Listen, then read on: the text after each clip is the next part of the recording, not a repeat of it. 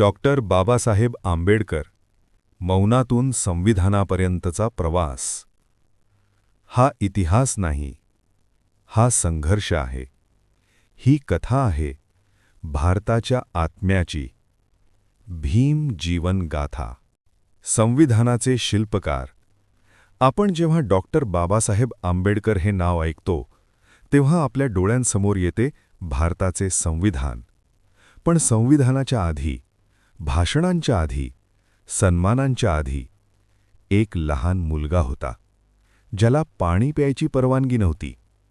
ही फक्त गोष्ट नाही, हा सत्य इतिहास आहे. ही आहे भीम जीवन गाथा. डॉक्टर बाबासाहेब आंबेडकरांचा जन्म 14 एप्रिल 1891 मध्य प्रदेशातील महू येथे झाला. तो मुलगा हुशार होता, प्रश्न विचारणारा होता, शिकण्याची जबरदस्त इच्छा होती. पण समाजाने आधीच ठरवलं होतं, तो अस्पृश्य आहे. शाळेत वेगळं बसायला लावलं जायचं. पुस्तकांना हात लावता येत नव्हता. तहान लागली तर तो स्वतः पाणी घेऊ शकत नव्हता. वरून पाणी ओतायला कोणी उच्च जातीतला माणूस यावा लागायचा. कोणी आलं नाही तर तो तहानलेलाच राहायचा. अनेक जण तिथेच थांबले असते.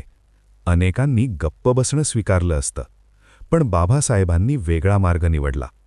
तो मार्ग होता शिक्षणाचा. जगातील सर्वोत्तम विद्यापीठांतून शिक्षण घेतले. Columbia university, London school of economics, अर्थशास्त्र, कायदा, राजकारण.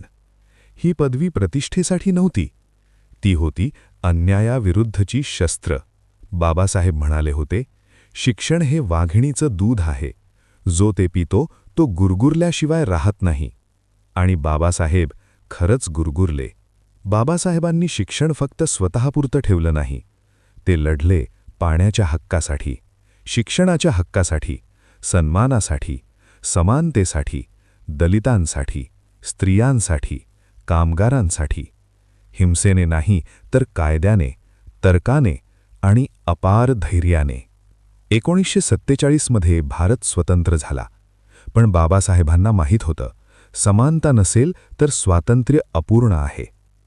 संविधान मसुदा समितीचे अध्यक्ष म्हणून डॉक्टर आंबेडकरांनी भारताचं भविष्य घडवलं. त्यांनी दिलं मूलभूत हक्क, अस्पृश्यतेचा अंत, कायद्यासमोर समानता, सामाजिक न्याय. संविधान हा फक्त कागद नव्हता, तो होता त्यांच्या स्वप्नातील भारत. डॉक्टर बाबासाहेब आंबेडकर 6 डिसेंबर 1956 रोजी आपल्यातून गेले. पण त्यांचे विचार आजही जिवंत आहेत. कायद्यात, हक्कांत आणि अन्यायाविरुद्ध उभ्या राहणाऱ्या प्रत्येक आवाजात. भीम जीवन गाथा हा फक्त यूट्यूब चॅनल नाही, हा एक प्रयत्न आहे आठवणींचा, शिकण्याचा आणि बाबासाहेबांचे विचार पुढे नेण्याचा. जर बाबासाहेब तुमच्यासाठी प्रेरणा असतील तर हा व्हिडिओ शेअर करा, चॅनल सबस्क्राईब करा.